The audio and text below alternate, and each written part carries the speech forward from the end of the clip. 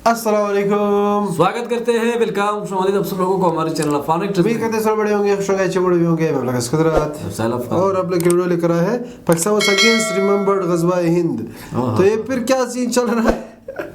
वही करते वीडियो को वही करने से पर चैनल पर जरूर सब्सक्राइब कीजिए, साथ में जो बेल आइकन है लाइक जरूर करें। अगर मैं सोशल पर फॉलो नहीं किया प्लीज फॉलो देयर इंस्टाग्राम, आप लोग को लिंक डिस्क्रिप्शन में मिल जाएगा। Let's start. Okay start. मिसाइलों की बुछार। ये तो ईरान ने जो किया था। ईरान ने इसराइल पर ड्रोन हमला कर दिया है। और सुन, ईरान ने 300 ड्रोन्स और मिसाइल के साथ इसराइल पर अटैक कर दिया। कोई बंदा मरा ही नहीं है, कैसे झूठ है? इसराइल ईरान का हाल भी गजा जैसे करने वाला है। अब तक की तारीख का सबसे बड़ा ड्रोन अटैक ये कंसीडर किया गया। सुनते जाइए। ये आस्ता आस्ता हम वर्ल्ड वॉर 3 की तरफ ही जा रहे हैं। और हम इंशाल्लाह इसराइल का भी बदला लेंगे और कश्मीरियों को भी आजाद, इसराइल का या फलस्तीन का भी बदला लेंगे और कश्मीरियों को भी आजाद करवाएंगे इंशाल्लाह। तुम्हारे बाप का कश्मीर है। और साथ ही साथ पाक मौलाना कह रहे हैं कि ये गजवा हिंद होने वाला है, वर्ल्ड वॉर 3 होने वाली है। क्या कहेंगे?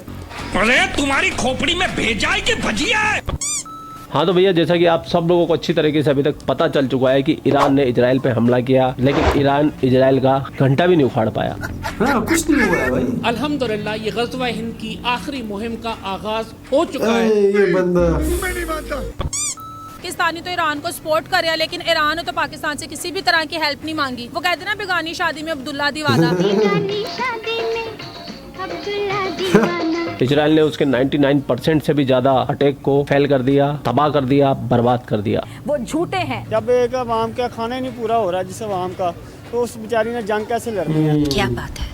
ईरान की ख्वाहिश होती कि इजराइल को ऐसा देखे, लेकिन वास्तव में ईरान इजराइल का घंटा भी नहीं उखाड़ पाया। सही बात है। इसके बारे में तो और भी अपडेट आती रहेगी, लेकिन इस घटना से इन पाकिस्तानियों के दिमाग पे पड़ गया है गहरा असर। मगर क्यों? ये चले गए सदमा में, कोमा के अंदर। अब इनको याद आ रहा है कि गजवा हिंद करना है हमको, सुनते जाइए। फिलिस्तीनियों का बदला लेना है हमको, सुनते जाइए। कश्मीरियों को आजाद कराना है हमको। सुनते जाइए। तो एक कहावत है, तोसा चढ़ा बाजे गढ़ा, और ये कहावत पाकिस्तानियों पे सटीक बैठती है। सही पकड़ा है। तो बिना देर के चलते हैं पाकिस्तान। सर, ईरान ने इसराइल पर अटैक किया 300 ड्रोन्स और मिसाइल के साथ। ईरानी ड्रोन्स और मिसाइल गिराने के लिए इसराइल को भारी कीमत चुकाना पड़ी, लेकिन इसराइल ने उनके 99% जो ड्रोन्स हैं वो डिसमिस कर दिए। क्या कर दिए? क्या कर दिए? वो डिसमिस कर डिस्ट्रॉय कर दिए, डिस्ट्रॉय। जी इंशाल्लाह वर्ल्ड वॉर 3 होने वाली है। इसमें हम पाक हिंद में जो है हम फलस्तीनियों का भी बदला लेंगे और इसराइल के शाना बशाना खड़े होंगे। और हमारे जो एटमी ताकत है वो एक बहुत बड़ी पावर है हमारे पास। हम इंशाल्लाह इसराइल का भी बदला लेंगे, हम कश्मीर का भी आजाद करवाएंगे। अबे कुपोषण के मरीज, सबसे पहले अपने लिए प्रोटीन का इंतजाम कर, दाल रोटी का इंतजाम कर, और नहीं तो क्या। ये लेंगे बदला, भूखे नंगो। बेसिकली पाकिस्तानी जो हैं सिर्फ अपनी फौज ट्विटर पे चला सकते हैं। पाकिस्तानियों के पास टैंक में और गाड़ियों में डालने के लिए तेल नहीं है दोस्तों। मैं जानता हूँ। एटॉमिक पावर क्यों नहीं दिखाते लोगों को? अब तो हमें वो चलाना ही चाहिए कि जिस तरह से ईरान ने इसराइल पर अटैक किया है, तो हमें भी तो मदद करनी चाहिए। फलस्तीन के मामले में भी हम चुप करके बैठ गए थे। अब ये ईरान ने स्टार्ट किया, इंशाल्लाह हम इसका बदला भी लेंगे। ये सब दोगलापन। जैसे जैसे ईरान आगे कदम बढ़ाएगा, हमारी पाकिस्तानी कौम और यंग जनरेशन जो है इसके साथ है। और हम इंशाल्लाह इसराइल का भी बदला लेंगे और कश्मीरियों को भी आजाद, इसराइल का या फलस्तीन का भी बदला लेंगे और कश्मीरियों को भी आजाद करवाएंगे इंशाल्लाह। तुम्हारे बाप का कश्मीर है। इंडिया तो इसराइल का साथ दे रहा है। वो कह रहा है आपको किसी भी तरह की जरूरत होगी हम पहुंचेंगे। सऊदी अरब भी साथ दे रहा है इसराइल का, ठीक है। अमेरिका ने भी बोला है कि अच्छी बात है। हम मुसलमान हैं, हमारे में जज्बा जिहाद है, हमें इन कितना जज्बा है, बहुत ज्यादा जज्बा है। हम जो जज्बा है वो इतना ज्यादा है। इन भगोड़ों का और इन काफरों के बोलने का डर नहीं है। चड्ढा समझाओ इसे, समझाओ। हमें जब ये हुकूमत आगे जाने देगी तो हम इंशाल्लाह इनका खूब मुकाबला करेंगे डट के। यही तो और मसला है हमारी कि एटमी हुकूमत ताकत ही- इन सारे मुल्कों पर, अमेरिका पे, इंडिया पे, सारे इसराइल पे इंशाल्लाह बारी होगी। ये हो ही नहीं सकता ना, इम्पॉसिबल बात है। मुल्क दिवालिया होने की कगार पे जा चुका है। इनका पीएम पूरी दुनिया के अंदर जाके कटोरा लेके भीख मांग रहा है, और ये जिन्ना के नाजायज पिल्ले जज्बे की, गजवा हिंदी की बातें कर रहे हैं। मुझे तो इनकी बातें सुन के हंसी हो आती है आजकल। पहले गुस्सा आता था, लेकिन आजकल हंसी आती है। क्यों? क्योंकि इतनी नेक्स्ट लेवल की जहालत सिर्फ ये पाकिस्तानी ही कर सकते हैं। और हमारी जितनी भी यंग जनरेशन है 70% पाकिस्तान में यंग जनरेशन है, और हम सारे मिलकर इसराइल का भी मुकाबला करेंगे और सारे काफरों का भी मुकाबला करेंगे। ये भाई साहब कह रहे हैं कि हम इजराइल से भी मुकाबला करेंगे, हम भारत से भी मुकाबला करेंगे, हम कश्मीरी को भी आज़ाद कराएंगे, हम फिलिस्तीन का भी बदला लेंगे। तो फिलिस्तीन तो अक्टूबर से पिट रहा है, हमास वालों को जूते पड़ रहे हैं। गया एक भी पाकिस्तानी बोल बच्चन करवा लो इन लाहौरियों की, इन पाकिस्तानियों की जुबान है ना, जुबान से आप पोछा लगा सकते हो, इनकी सिर्फ जुबान ही लंबी है, कर नहीं सकते कुछ। बड़े नारे लगा लिए कि दूध मांगोगे खीर देंगे, कश्मीर मांगोगे तो चीर देंगे। मैं बताऊं, हाँ पाकिस्तान पहले से खराब था, ये खराब रहेगा। अब वक्त आ गया है कि हम तुमसे कान खोल के सुन लो, कान खोल के। अरे कौन भौंक रहा है ये बदतमीज? ओए होए दोस्तों, देख ले कितना जज्बा पाकिस्तानियों के अंदर कूट कूट के बड़ा हुआ है। उस जज्बा ईमानी की वजह से एक वक्त की रोटी के लिए तरस रहे हैं। और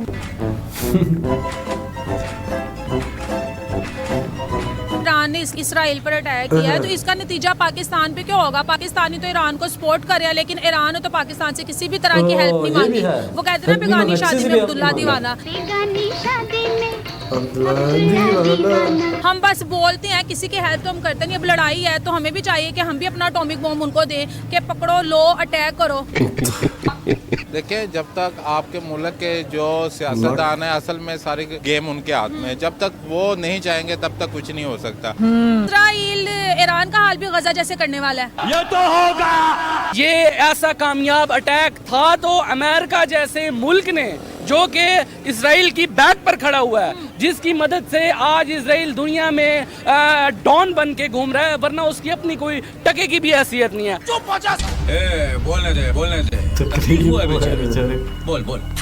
अगर आयरन डोम या उनका जो लेटेस्ट एयर डिफेंस सिस्टम इतना ही मजबूत होता तो अमेरिका हरी झंडी क्यों दिखाता अब इसराइल को? इसराइल क्यों सर जोड़ के बैठा हुआ है? आज पाकिस्तानी टाइम के मुताबिक रात के 1 बजे सलामती कौंसिल का इजलास बुलाने पे क्यों मजबूर है? G7 के जो ममालिक हैं वो टेबल पर बैठने क्योंकि उनको पता है यूएन में मीटिंग की गई और बोला गया कि इस जंग को रोका जाए, क्योंकि इस जंग को नहीं रोका जाएगा तो हालात मजीद खराब होते जाएंगे। और नहीं तो क्या। बेसिकली बात है कि जब तक हम मुसलमान एक नहीं होंगे तब तक हम इसराइल का बिगाड़। और जो हमारी हुकूमत है या जो हुक्मरान है, ये सारे अमेरिका की बात मानने वाले हैं।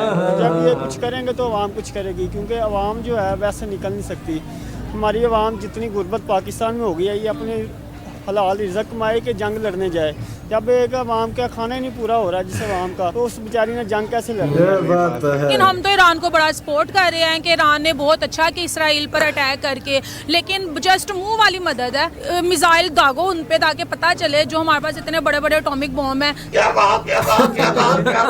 इतने बड़े बड़े एटॉमिक बम है। ये थी वीडियो, ये था सीन। तो ये थी वीडियो। अच्छा, पहले तो किस कहाँ से शुरू करें? इजराइल और फलस्तीन और ईरान का जो है, ईरान का मैं ये नहीं कह रहा कि उन्होंने फलस्तीन की वजह से अटैक किए, मैं पर्सनली ये कह रहा हूँ, क्योंकि वो नहीं, उन्होंने अपना इशू चल रहा है। वो सीन गलत। अब इंटरनेशनली ये है कि अगर आप किसी की बात सुनो, अगर किसी कंट्री के एम्बेसी पे अटैक करते, इस तरह की उसकी कंट्री पे अटैक करना, ये कुछ हुआ था ना। तो उन्होंने अगर वो सीरिया में इजराइल ने उनके एम्बेसी पे अटैक किया, पता नहीं सीरिया नहीं सीरिया में मुझे पता है, तो वहाँ पे अटैक किया तो उनके डिप्लोमेट्स की डेथ हो गई। तो उन्होंने कहा हम लोग तो बदला लेंगे, हम लोगों ने हमारे नहीं कह रहा हूँ ना। कुछ लोग कहेंगे कि देखो फलस्तीनियों के लिए नहीं, फलस्तीनियों के लिए आज तक क्यों नहीं कर रहे थे जो अभी अटैक। तो इस वजह से उन्होंने जो रिटेलिएट किया हुआ है इसराइल पे, उन्होंने अटैक कर दिया। दूसरा जो बात है ग़ज़वा-ए हिंद की, देखो ग़ज़वा-ए हिंद, मैं अब इसके बारे में क्या कहूँ। ग़ज़वा-ए हिंद अगर देखी जाए, देखो ये तब की बात है, आज से 1400 साल पहले की बात है। तब तो हिंदुस्तान कहाँ था? हिंदुस्तान में तो पाकिस्तान भी था उस टाइम। आपका जो है बांग्लादेश और जितने भी मुस्लिम कंट्रीज है वो सब था। तो आप कहाँ पे अटैक करोगे भाई? ये तो कोई समझाए हमें। अब पता नहीं ये लोग क्या बोलते हैं, जाते वो एक मूवी का डायलॉग है, कहाँ से आते हैं ऐसे लोग? अगर देखी जाए या बेचारे को पकड़ा हुआ था, इसको खड़ा होना खड़ा। दूसरे ने जो बात की, जो बिल्कुल स्मार्ट बन के बना हुआ था, बाहर इस तरह बनाए हुए थे कि ये किया वो किया, भाई कुछ नहीं हुआ है। उसके अटैक से कोई बंदा मारा ही नहीं है। कैसे कहते कि हमने इतने मिसाइल फेंक दिए, ड्रोन अटैक वगैरह किए, भाई एक बंदा तो दिखाओ कि उसके मर गए। या फलस्तीनी को तो आप देख रहे हो कि वो एक अटैक कर देता है, हमारे यहाँ बच्चे मर जाते हैं, लोग मर जाते हैं, मतलब लेडीज मर जाती है, घर तबाह हो जाते हैं, मतलब पूरा सिटी उन्होंने खराब कर दिया। लेकिन आप लोगों ने अटैक किया, कोई कुछ दिख नहीं रहा है कि बाकी ये दिखाया गया था, बोल रहे थे अपने आप से बेचारे को बिल्कुल खड़ा नहीं हो पा रहा था, इसको भी पकड़ के रखा कि नहीं बोल, आपको बोलना पड़ेगा। तो बाकी वीडियो पसंद है प्लीज फॉलो एक्टर्स साथ में जो बेल आइकन है कैसे मिल रहा है। सो अभी के लिए इतना ही, अल्लाह हाफिज़, बाय बाय।